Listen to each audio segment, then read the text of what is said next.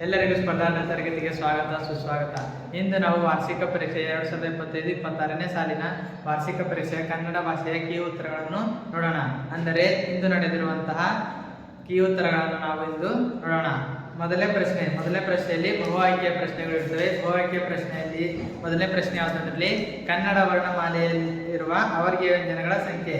ಅಂದರೆ ಇಲ್ಲಿ ಕನ್ನಡ ವರ್ಣಮಾಲೆಯಲ್ಲಿರುವ ಅವರ್ಗೀಯ ವ್ಯಂಜನಗಳ ಸಂಖ್ಯೆ ಎಷ್ಟಿದೆ ಅದರಲ್ಲಿ ಉತ್ತರ 9. ಅದರಲ್ಲಿ ಆಪ್ಷನ್ ನಂಬರ್ ಡಿ ಏನದ ಸರಿಯಾದ ಉತ್ತರ. ಮೊದಲನೇ ಪ್ರಶ್ನೆಯ ಸರಿಯಾದ ಉತ್ತರ ಡಿ, ಆಪ್ಷನ್ ನಂಬರ್ ಡಿ, ಉತ್ತರ 9. ನೆಕ್ಸ್ಟ್ ಎರಡನೇದು ವಧುಪೇತ ಪದವು ಈ ಸಂಧಿಗೆ ಸೇರಿದೆ. ಈ ವಧುಪೇತದ ಪದವು ಈ ಸಂಧಿಗೆ ಯಾವ ಸಂಧಿಗೆ ಸೇರಿದೆ ಅದರಲ್ಲಿ ಸವರ್ಣ ದೀರ್ಘ ಸಂಧಿ ವಧು ಪ್ಲಸ್ ಉಪೇತ ವಧುಪೇತ ಈ ಪದವು ಸವರ್ಣ ದೀರ್ಘ ಸಂಧಿಗೆ ಸೇರಿದೆ, ಆಪ್ಷನ್ ನಂಬರ್ ಡಿ.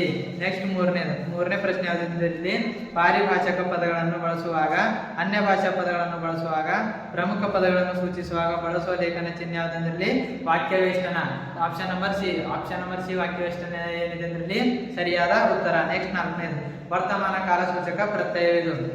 ಈ ವರ್ತಮಾನ ಕಾಲಸೂಚಕ ಪ್ರತ್ಯಯ ಯಾವುದಂದ್ರಲ್ಲಿ ಉತ್ತ, ಆಪ್ಷನ್ ನಂಬರ್ ಡಿ ಉತ್ತ ಏನಂದ್ರಲ್ಲಿ ಸರಿಯಾದ ಉತ್ತರ. ನೆಕ್ಸ್ಟ್ ಐದನೇ ಕ್ವಶನ್ ಯಾವುದಂದ್ರಲ್ಲಿ ದ್ವಿತೀಯ ವಿಭಕ್ತಿಯ ಕಾರಕಾರ್ಥ.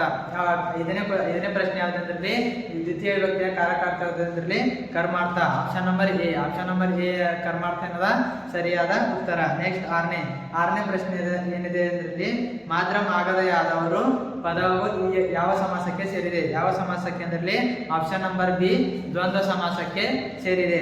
ನೆಕ್ಸ್ಟ್ ಇಲ್ಲಿ ಮುಖ್ಯ ಪ್ರಶ್ನೆ 2ರಲ್ಲಿನ 7ನೇ ಪ್ರಶ್ನೆಯನ್ನು ನೋಡೋಣ. ಈ 7ನೇ ಪ್ರಶ್ನೆ ಏನಿದೆ ಅಂದ್ರೆ ಅಮೃತ ಆಮರ್ದು.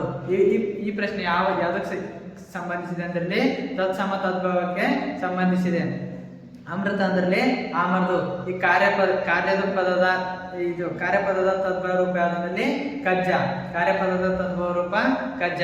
ನೆಕ್ಸ್ಟ್ 8ನೇದು ಅಷ್ಟು ಪರಿಮಾಣವಾಚಕ. ಮತ್ತೆ ನೆಕ್ಸ್ಟ್ 12 ಸಂಖ್ಯಾವಾಚಕ. ಅಷ್ಟು ಅಂದ್ರಲ್ಲಿ ಪರಿಮಾಣವಾಚಕ ಬರ್ತದ, 12 ಅಂದ್ರ ಸಂಖ್ಯಾವಾಚಕ.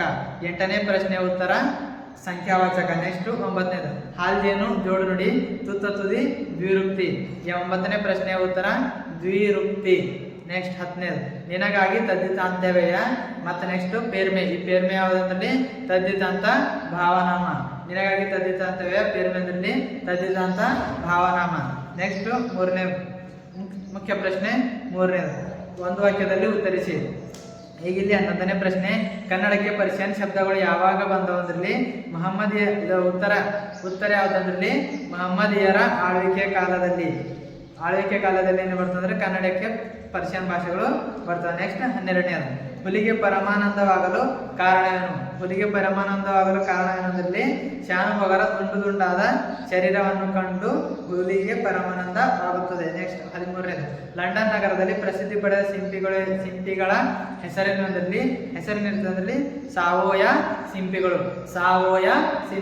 ನೆಕ್ಸ್ಟ್ 14ನೇದು ಸೂರ್ಯಮಿತ್ರನು ತನಗೆ ಕಾಶ್ಯಪಿ ಎಂಬ ತಂಗಿ ಇಲ್ಲ ಎಂದು ಹೇಳಲು ಕಾರಣವೇನು. ಇದರದ ಉತ್ತರ ಅದರಲ್ಲಿ ಸಲುಗೆಯಿಂದ ಕೆಡಬಾರದೆಂದು. ನೆಕ್ಸ್ಟ್ 15 ಹಲಿಗಲಿ ಗ್ರಾಮ ಎಲ್ಲಿದೆ ಅಂದರೆ ಬಾಗಲಕೋಟೆ ಜಿಲ್ಲೆಯ ಮುಧೋಳ ತಾಲೂಕಿನಲ್ಲಿ ಹಲಗಲಿ ಗ್ರಾಮ ಎಂಬ ಗ್ರಾಮವು ಕಂಡು ಬರುತ್ತದೆ. ನೆಕ್ಸ್ಟ್ 16ನೇದು ಪರಶುರಾಮನು ದ್ರೋಣನಿಗೆ ಯಾವುದರಲ್ಲಿ ಅಗ್ರವನ್ನು ನೀಡಿದನು. ಇದರ ಉತ್ತರ ಯಾವುದರಲ್ಲಿ ಮಣ್ಣಿನ ಮಡಿಕೆ. 17ನೇದು ಪುಟ್ಟ ಪೊರಿಯ ಅಮ್ಮ ತೂತು ಬಿದ್ದ ಸೀರೆಯಲ್ಲಿ ಯಾರು ಸೊರಗಿರ್ತಾರೆ ಅಂದ್ರೆ ಬಾಲರವಿ. ನೆಕ್ಸ್ಟ್ ಇಲ್ಲಿ ಛಂದಸ್ಸಿನ ಹೆಸರು. ಮುಖ್ಯ ಪ್ರಶ್ನೆ 30ನೇ ಪ್ರಶ್ನೆ ಸಂಖ್ಯೆಯ ಉತ್ತರ ಯಾವುದಂದ್ರಲ್ಲಿ ಛಂದಸ್ಸಿನ ಹೆಸರು ಏನದಂದ್ರಲ್ಲಿ ಚಂಪಕಮಾಲ ವೃತ್ತ. ಚಂಪಕಮಾಲ ವೃತ್ತ ಏನದ ಸರಿಯಾದ ಉತ್ತರ. ನೆಕ್ಸ್ಟ್ 31ನೇ ಪ್ರಶ್ನೆ ಏನಿದೆ ನೋಡ್ರಿ, ಸೀತೆಯ ಮುಖ ಕಮಲ ಅರಳಿತು. ಇದರದ್ದು ಉತ್ತರ ಯಾವುದಂದ್ರಲ್ಲಿ ರೂಪಕಲಂಕಾರ.